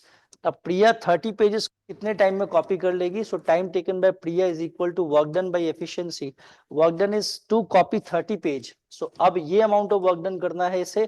So 30 pages copy करने के लिए total unit work done 30 pages, and इसे अपने फ्रीक्वेंसीज के साथ वर्क करेगी, अपने एफिशिएंसी के साथ वर्क करेगी, दैट इज 2.5 आवर्स में। और इससे ये कैंसिल हो जाएगा कितने बार, 12 times. So that will be 12 hours. 12 hours will be the answer. देखो ऑप्शन में है क्या, 12 आवर्स, बिल्कुल option number C is the right answer. Option number C 66 का आंसर हो गया, option C is the right answer. Okay, also clear. चलो, so 66 का आंसर सी हो गया। Now moving on to the next question, question number 67। चलिए देखते हैं इसे कैसे करेंगे। Question 67, the probability of getting a bad egg in a lot of 400 eggs is 0.035। The number bad eggs in the lot is, ठीक है, आपको probability given है यहाँ पे कितना है, 0.035, and probability means what, favorable outcome by total outcome. So favorable outcome is what, favorable outcome by total outcome. Total outcome is 400 eggs, and favorable outcome is what, the number of bad eggs. Number of bad eggs ही तो यहाँ पे favorable outcome है। तो यहाँ पे number of bad eggs हमारा जो favorable outcome होगा, that will be equal to 0.035 into 400। इसे मल्टीप्लाई कर दो, जैसे आप मल्टीप्लाई करेंगे तो ये 20, 2 4 3 12 14 कैरी और 1 यहाँ पे आ गए आपके फर्दर यहाँ पे, ठीक है, 2 zeros, और यहाँ पे पॉइंट आप बिठा देंगे, it will be 14। It will give you 14 answer. Number option number B is the right answer. 67 का आंसर कितना हो गया, बी हो गया। Hope so clear. चलिए moving on to the next question, 68 number. चलो अब 68 देखो, बस कैलकुलेशन बेस्ड है। आप लोग इसका आंसर फटाफट कमेंट करो। आप लोग बहुत आराम से कमेंट कर सकते हैं इसके आंसर्स। सब लोग कमेंट फास्ट।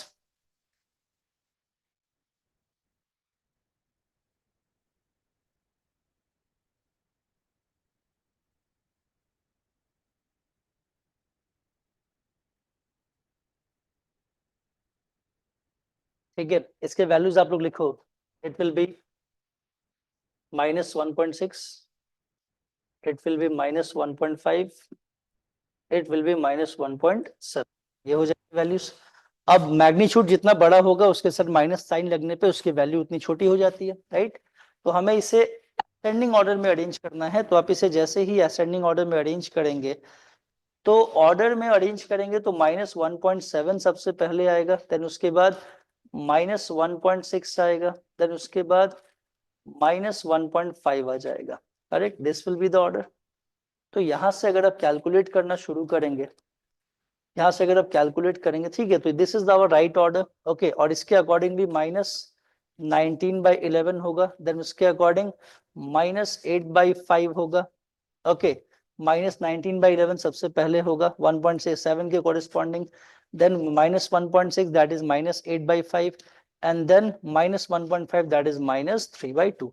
तो this will be our order. Option match कर लो कौन सा जा रहा है यहाँ पे. Option C is the right answer. Option C is the right answer for question number 68. Okay, yes, hope so clear. चलिए, moving on to the next question. 69. Chemist has one solution which is 50% acid and a second solution which is 25% acid. How much of each should be mixed to make 10 liters of a 40% acid solution? Mixture application का question. Mixture के ऐसे questions को आप allegation method से apply करके बहुत बच्चों की तरह आराम से सॉल्व कर सकते हैं. तो कैसे करेंगे काम बताओ. फर्स्ट डेटा को, टर्मिनल डेटा को यहाँ पे लिखो. 50% फर्स्ट सॉल्यूशन, 25% सेकेंड सॉल्यूशन, और यहाँ पे जो कॉम्बाइंड सॉल्यूशन हमें बनाना है उसमें 40% एसिड होना चाहिए. एलिगेशन मेथड जब भी लगाएंगे तो लार्जर एंड मिनिमम डेटा को टर्मिनल पॉइंट्स पे रखेंगे, मीडियम डेटा को दोनों के बीच में पुट करते हैं. Then take the alligation. इन दोनों का डिफरेंस बताओ यहाँ पे कितना आ जाएगा.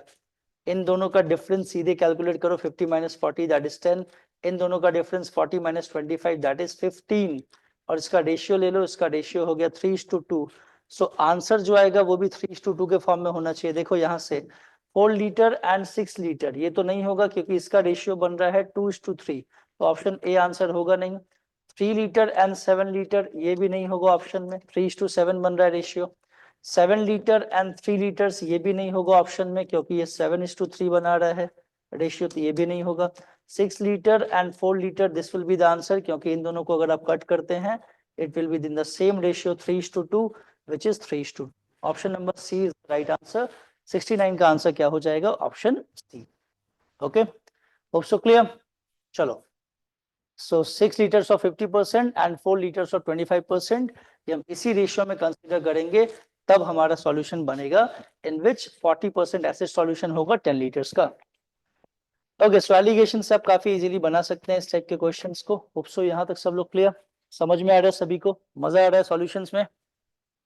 चलिए नेक्स्ट क्वेश्चन. नेक्स्ट क्वेश्चन हम लोग आगे बढ़ते हैं. Moving on to the next question. if the number system का एक question, if number this is divisible by 11 then what is the value of k. ठीक है, बहुत बच्चों वाले बेसिक क्वेश्चन. देखो आपको पता है कि 7, 11 और 13 से डिविजिबिलिटी कॉन्सेप्ट बिल्कुल सेम होता है. अगर किसी नंबर को 7, 11 या 13 से डिविजिबल होना है तो इसके जो ऑड डिफरेंसेस होंगे, इसके जो 3 पेयर्स में हम लोग नंबर्स फॉर्म करते हैं और इनके म्यूचुअल डिफरेंस को हम लोग चेक करते हैं. अगर ये डिफरेंस 0 हो जाए तो तीनों ही नंबर से डिविजिबल होगा, और अगर डिफरेंस 0 ना हो तो पार्टिकुलर जिस नंबर से आप चेक कर रहे हैं उससे डिविजिबल होगा कि नहीं, सब्ट्रैक्शन रिजल्ट उसे चेक कर लो. जैसे फॉर एग्जांपल हमने देखा कि 624 और K35 अगर इन दोनों का डिफरेंस कैलकुलेट करें, या फिर अगर मैं ऐसे लिख दूं सपोज K35 एंड 624, ठीक है, हमने डिफरेंस कैलकुलेट किया 5 - 4 1, 3 - 2 1.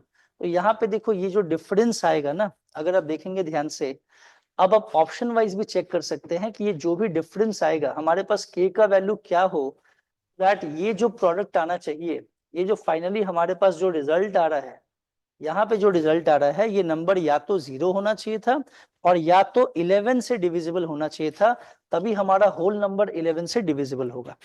अब ये नंबर 0 तो नहीं होगा, तो इसका मतलब यहाँ पे जो भी नंबर आना चाहिए ये 11 से डिविजिबल होना चाहिए. अब आप ऑप्शन वाइज चेक करो कि आप के जगह पे क्या पुट करेंगे सो दैट यहाँ पे आपका रिजल्ट 11 से डिविजिबल हो जाए.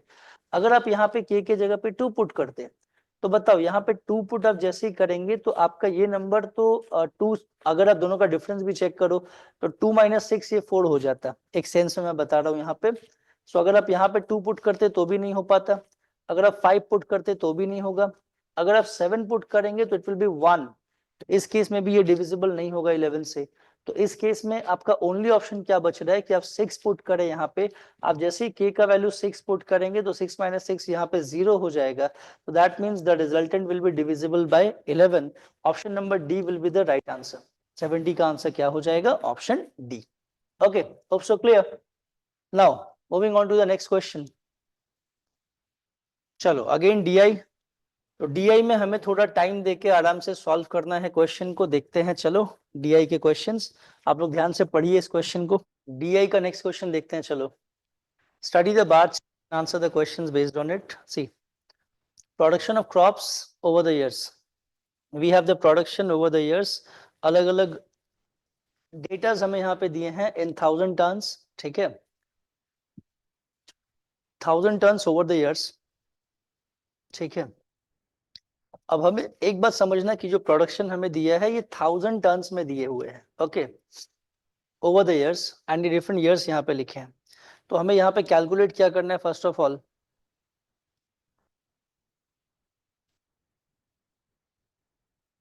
ठीक है। अब कैलकुलेट क्या करना है हमें यहाँ पे, देखो ध्यान से कि the average production of the crops in the year 2006 and 2007 was exactly equal to the average production of which of the following pairs of years। हमें एवरेज कैलकुलेट करके बताना है कि average production of the crops in the year 6 and 7 was exactly equal to the average production of which of the following pair of years। सबसे पहले 6 and 7 का average calculate करो। 6 and 7 का अगर आप एवरेज कैलकुलेट करेंगे तो 6 and 7 का एवरेज क्या हो जाएगा यहाँ से, चलो कैलकुलेशन का मैंने तरीका अभी बताया। 6 and 7 का हमें एवरेज कैलकुलेट करना है तो 60-40 का एवरेज कितना हो जाएगा, 50 हो जाएगा। आप सम बाय 2 कर दोगे, यहाँ पे एवरेज कितना आ गया, 50 आ गया। तो हमें ये बताना है कि किन 2 ईयर्स का एवरेज 50 होगा। बेसिकली आपको ये बताना है किन 2 ईयर्स का एवरेज 50 होगा। And we have the options also 10 and 11, option wise check करो।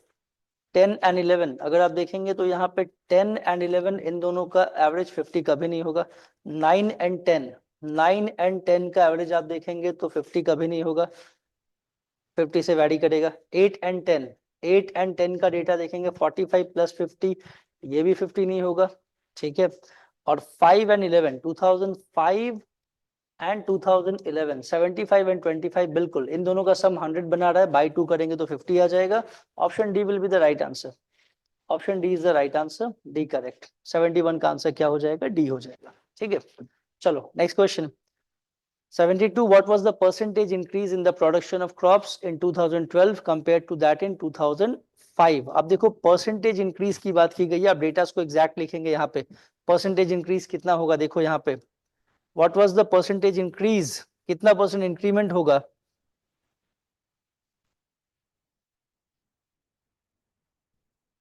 What was the percentage increase in the production of crops in 2012 compared to that in 2005। तो ठीक है, percentage increase in the production of crops in 2012 as compared to that in 2005। 12 का 5 से comparison हमें बताना है, percentage increase कितना होगा। 12 का 5 के साथ परसेंटेज इंक्रीज बताना है। तो यहाँ पे देखो आप अगर देखेंगे तो वैल्यू कितना परसेंट से इंक्रीज किया, बेसिकली यहाँ पे 25 से 80 हो गया, तो वैल्यू कितना परसेंट से इंक्रीज किया। आप अगर यहाँ पे देखेंगे तो 25 परसेंटेज इंक्रीज जब चेक करते हैं तो क्या लिखते हैं, final data minus initial data by initial data into 100, basically ये तो करते हैं। और जब आप इसे चेक करेंगे तो ये कितना हो जाएगा, it will give you 55 by 25, इससे इनटू 100%, करेक्ट है। इसे कैंसिल कर दो यहाँ से 4 टाइम्स, ये कितना आ गया 220, इट इज 220% इंक्रीमेंट, ठीक है,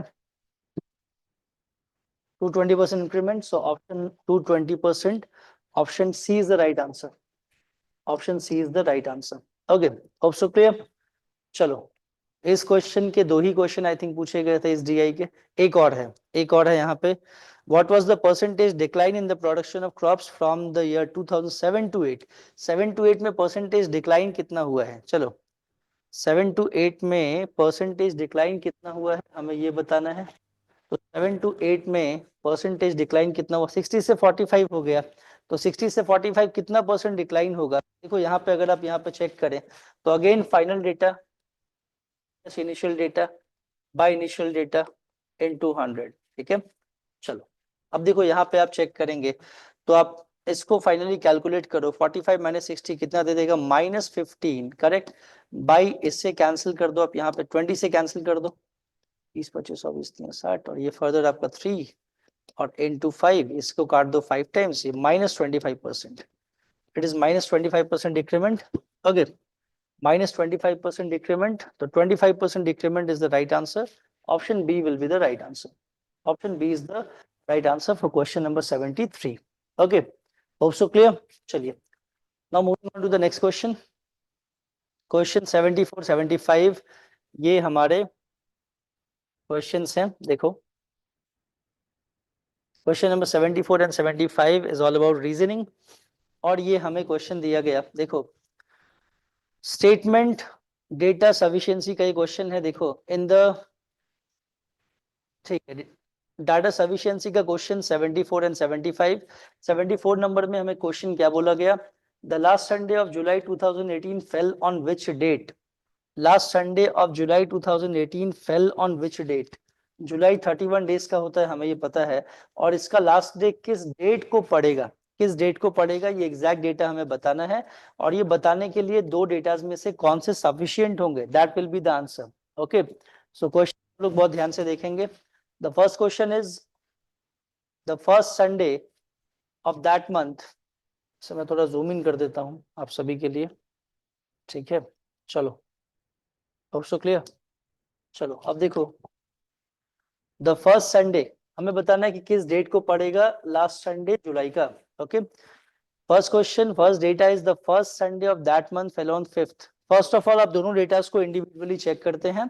first Sunday off that month fell on 5th. अगर जुलाई का फर्स्ट संडे 5th को पड़ रहा है तो इसका मतलब लास्ट संडे किस डेट को पड़ेगा? लास्ट संडे किस डेट को पड़ेगा कैलकुलेट नहीं करना है. बहुत लोग कैलकुलेट करके टाइम वेस्ट कर देते हैं. 5th डेट हमें पता है कि संडे होगा, तो लास्ट संडे किस डेट को पड़ेगा आप आराम से कैलकुलेट कर लोगे.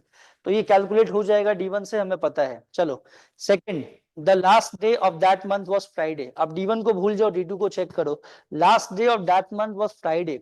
अगर लास्ट डे यानी 31 अगर फ्राइडे था, अगर लास्ट डे यानी 31 जुलाई फ्राइडे था, तो लास्ट संडे कितने तारीख को फॉल होगा ये भी आप आराम से बता सकते हैं on the basis of the second data only. तो फर्स्ट डेटा ओनली से भी आंसर आ जाएगा, सेकेंड डेटा ओनली यूज करके भी आंसर आ जाएगा. मतलब दोनों में से किसी भी डेटा को हम लोग यूज करके आंसर कर सकते हैं.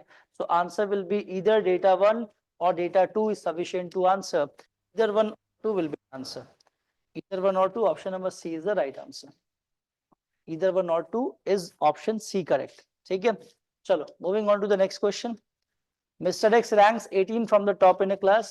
चलो, Mr. X ranks 18 from the top in a class, तो इसके ऊपर 17 students होंगे. What is his rank from the last? अब end से rank बताने के लिए यहाँ के numbers हमें पता होने चाहिए. सबसे पहली बात तो ये है. तो D1 में क्या बोला गया? देखो, there are 47 students in the class. अब कैलकुलेट करके टाइम वेस्ट नहीं करना है, आप बस ये देखो कि आप आंसर कर पा रहे हैं कि नहीं कर पा रहे हैं. That's it. ओके, हमें बोला गया कि there are total 47 students in the class in total. और टोटल अगर 47 स्टूडेंट्स हैं तो यहाँ का नंबर तो आप कैलकुलेट कर देंगे और एंड से आप रैंक बता. तो D1 से we can give the answer easily. Second बोला गया mister Y who ranks 10th in the same class ranks 38 from the last.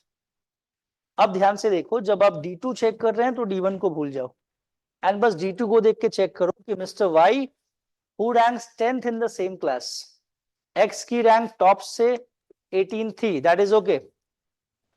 Now Y who ranks 10th in the same class ranks 38 from the last. देखो, Y की जो rank है ना वो 10th है same class में, मतलब Y के ऊपर 9 स्टूडेंट्स होंगे.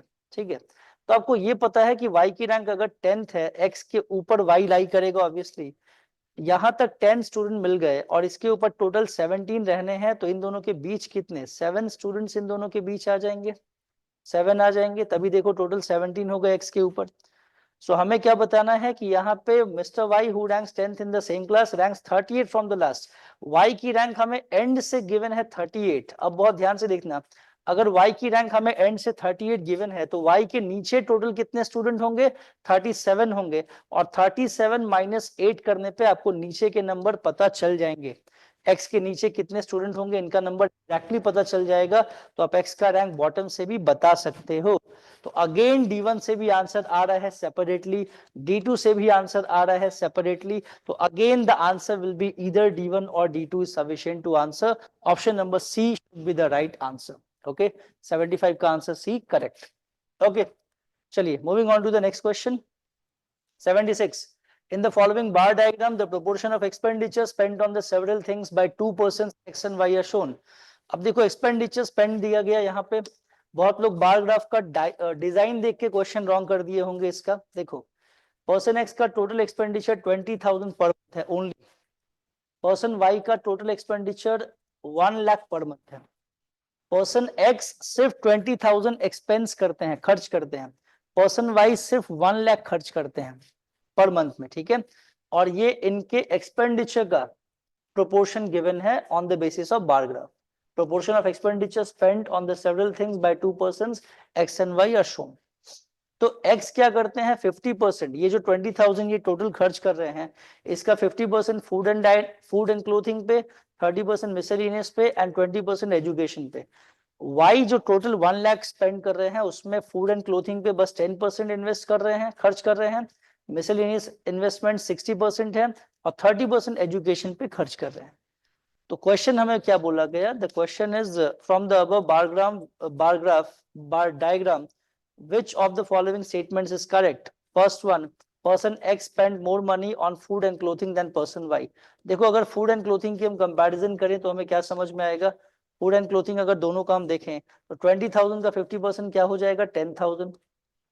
ये पर्सन 10,000 खर्च करते हैं अपने फूड एंड क्लोथिंग पे mister X, and mister Y क्या करते हैं फूड एंड क्लोथिंग पे 10% बेस खर्च करते हैं। तो 1 लाख का 10% कितना हो गया, it is also 10,000। So basically X and Y are expending their equal amounts. X भी 10,000 खर्च करते हैं फूड एंड क्लोथिंग पे, Y भी 10,000 ही खर्च करते हैं फूड एंड क्लोथिंग पे। तो दोनों इक्वल अमाउंट खर्च कर रहे हैं यहाँ पे। Option A person X spend more money than mister Y गलत है। Option B person X spend less money than mister Y गलत है। C person X and person Y spend the same amount on food and clothing, that is also correct, that is absolutely correct. Option number C is the right answer. Okay, option C is the right answer. Hope so clear, इसका answer C हो जाएगा। Now moving on to the next question. चलिए 77 से 78 हम लोग देखेंगे यहाँ पे। अब ये क्वेश्चन अगेन थोड़ा कैलकुलेटिव होने वाला है क्योंकि ये डीआई का क्वेश्चन है, सब लोग ध्यान से देखेंगे, ठीक है। थोड़ा कैलकुलेशन आपको करने पड़ते हैं डीआई में। अब हमें यहाँ पे मंथली एक्सपेंडिचर्स दिए हैं इन परसेंटेज में, ठीक है। हमें यहाँ पे टोटली मंथली एक्सपेंडिचर्स यहाँ पे गिवन है, तो यहाँ पे ये अलग अलग फॉर्म में हमें एक्सपेंडिचर्स गिवन है। And the total monthly income of the family is 33,650. This is the total monthly income of the family and ये expenses हमें given है। Okay, the monthly income in percent of the family is represented by the given pie chart. Let the total monthly income of the family be 33,650. अब इस income को ये अलग अलग form में एक्सपेंस करते हैं, ये 12% सेव भी कर रहे हैं और बाकी एक्सपेंसेस में निकल जा रहे हैं, ठीक है। चलो सो कैसे करेंगे यहाँ पे देखो calculations. First question, the amount of annual savings would be, savings है यहाँ पे 12%, लेकिन हमें एनुअल पूछा गया है, यहाँ पे डेटा मंथली गिवन है, इस बात का ध्यान रखेंगे। बहुत लोग यहाँ पे क्वेश्चन का आंसर रॉन्ग कर देते हैं। ये मंथली एक्सपेंस हमें दिया है और मंथली इनकम यहाँ पे दिया है, इनकम मंथली है, एक्सपेंसेस भी हमें यहाँ पे मंथली गिवन है। और यहाँ पे हमें क्या पूछा गया, अमाउंट ऑफ एनुअल सेविंग्स पूछा गया। तो सबसे पहले आप मंथली सेविंग निकाल लो। मंथली सेविंग क्या हो जाएगा, इसका 12% हो जाएगा। इसका 12% का वैल्यू कितना होगा, इसका देखो कैलकुलेशन सब कैसे टाइम सेव करते हैं। इसका 10% कैलकुलेट करो, मतलब 10 से डिवाइड करेंगे तो 3365 हो गया 10%, और प्लस 10% बाई 5 कर दो। 10% बाई 5 करेंगे तो you will get the value of 2%, correct. 10% में अगर आप 5 से डिवाइड करते हैं तो you will get the value of 2%। तो 10% वैल्यू में 5 से डिवाइड करो, इसमें 5 से डिवाइड करो, 5 से जैसे डिवाइड करेंगे तो कितना हो जाएगा,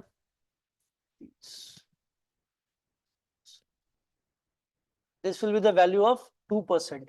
So 10% and plus 2% you are getting the value of 12% savings। इन दोनों को आप ऐड कर दो, कितना हो जाएगा ये 8 7 13 4038 4038 इनका मंथली सेविंग हुआ। तो ईयरली सेविंग के लिए आप इंटू 12 कर दो, तो ये कितना हो जाएगा बताओ। जैसे 12 से मल्टीप्लाई करेंगे it will B 40380 10 times, and double कर दोगे इसका, तो डबल करके आप ऐड कर दो।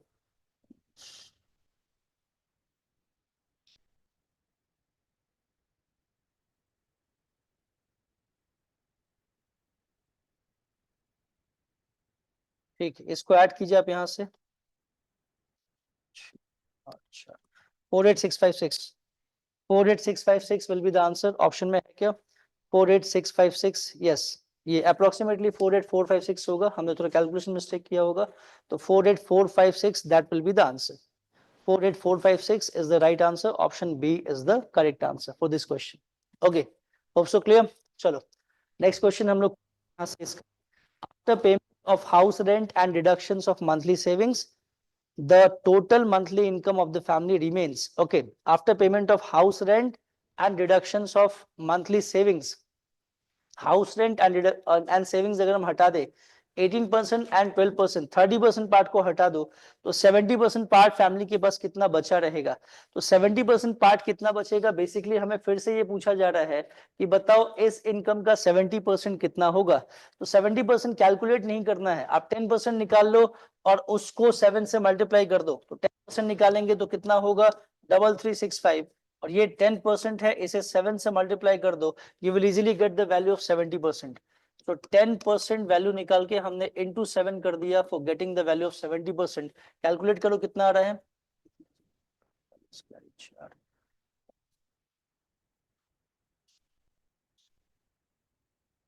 इतना हो जाएगा 23,555. 23,555 will be the answer. 23,555 option में है क्या? बिल्कुल है, option number B is the right answer for question number 78. 78 का आंसर क्या हो गया? Question number B. तो डीआई में तो कैलकुलेशन डेफिनेटली रहेंगे, लेकिन आप थोड़ा स्मार्टली प्ले करेंगे, परसेंटेज वगैरह की अगर आपने कैलकुलेशन प्रैक्टिस किया है तो आप बहुत कम टाइम में इनको सॉल्व कर सकते हैं, अपना टाइम सेव कर सकते हैं। Okay, hope so clear. चलो अब ये last but not the least final question हमारे पास 79 से 80 क्वेश्चन, अगेन ये डीआई का क्वेश्चन है यहाँ पे, इसमें भी अच्छा खासा कैलकुलेशन जाएगा आपका अगर आपने कैलकुलेट किया होगा तो। देखो यहाँ पे 4 सेक्शंस हैं और 4 अलग अलग सेक्शंस के स्टूडेंट्स का डेटा हमें गिवन है।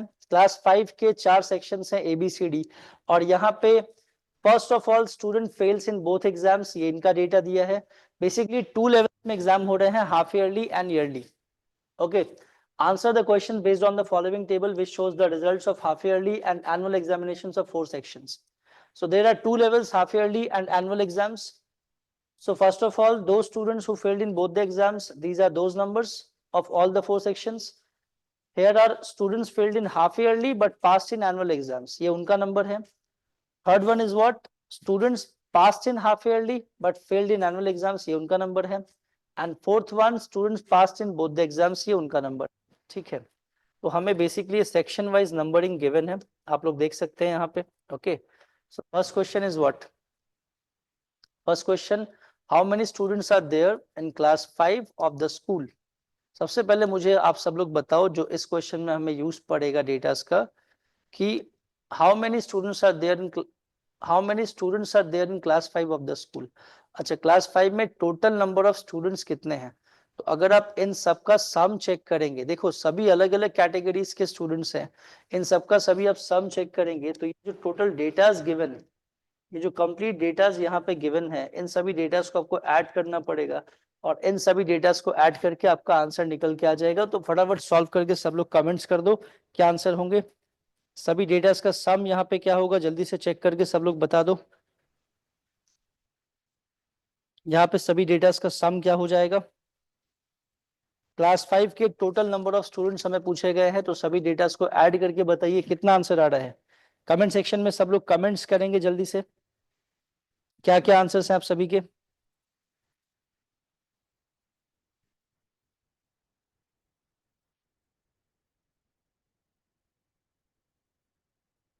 ठीक है, टोटल नंबर ऑफ स्टूडेंट्स यहाँ पे अगर आप ऐड करेंगे तो यहाँ पे ऐड करो, इट विल बिकम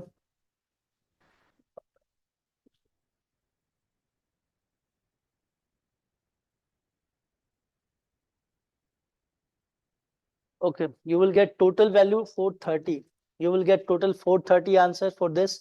इन सभी डेटा को आप ऐड करेंगे, you will get the answer 430, 79 का आंसर हो जाएगा option D. Okay, and next one, last but not the least is set का last question, which section has the maximum success rate in annual examination? किस section में maximum success rate है? किस section में maximum success rate है? अब ये find करने के लिए हमें क्या करना पड़ेगा, मैं आपको हिंट कर रहा हूँ, देखो यहाँ पे सभी किस सेक्शन में मैक्सिमम सक्सेस रेट है, आपको सेक्शन वाइज कैलकुलेट करना है। We have 4 sections A, B, C and D। तो हर सेक्शन के लिए आप क्या करेंगे, पास स्टूडेंट्स का नंबर कैलकुलेट करेंगे माइनस फेल स्टूडेंट्स का नंबर करेंगे। तो पास स्टूडेंट कौन कौन से होंगे, सपोज सेक्शन ए में पास कौन कौन हुए, देखो student failed in both the exams, ये तो फेल हो गए, and student pass in half yearly but failed in annual, ये भी फेल हो स्टूडेंट्स हैं। तो बेसिकली हमें ये समझना है कि ये फेल्ड हैं और ये फेल्ड हैं, दोनों एग्जाम्स में जो फेल किए हैं वो भी फेल हैं, और हाफ ईयरली में पास करके जो एनुअल में फेल किए हैं वो भी फेल्ड स्टूडेंट्स हैं। पास स्टूडेंट कौन कौन है, जो हाफ ईयरली में फेल किए थे बट एनुअल एग्जाम में पास कर गए, 2000 पास स्टूडेंट, एंड जो स्टूडेंट दोनों में पास किए हैं 2000 पास स्टूडेंट। तो total pass student that is this sum plus this sum, इन दोनों को आप ऐड करेंगे, पास स्टूडेंट का नंबर मिल जाएगा, और माइनस आप फेल स्टूडेंट्स का नंबर ऐड करेंगे। यहाँ पे मैं सेक्शन ए की बात कर रहा हूँ, आप इन दोनों को ऐड करेंगे तो पास स्टूडेंट्स का नंबर मिलेगा, फेल स्टूडेंट्स के दोनों ही डेटा को आप लोग ऐड करेंगे तो फेल स्टूडेंट्स का आपको डेटा मिल जाएगा।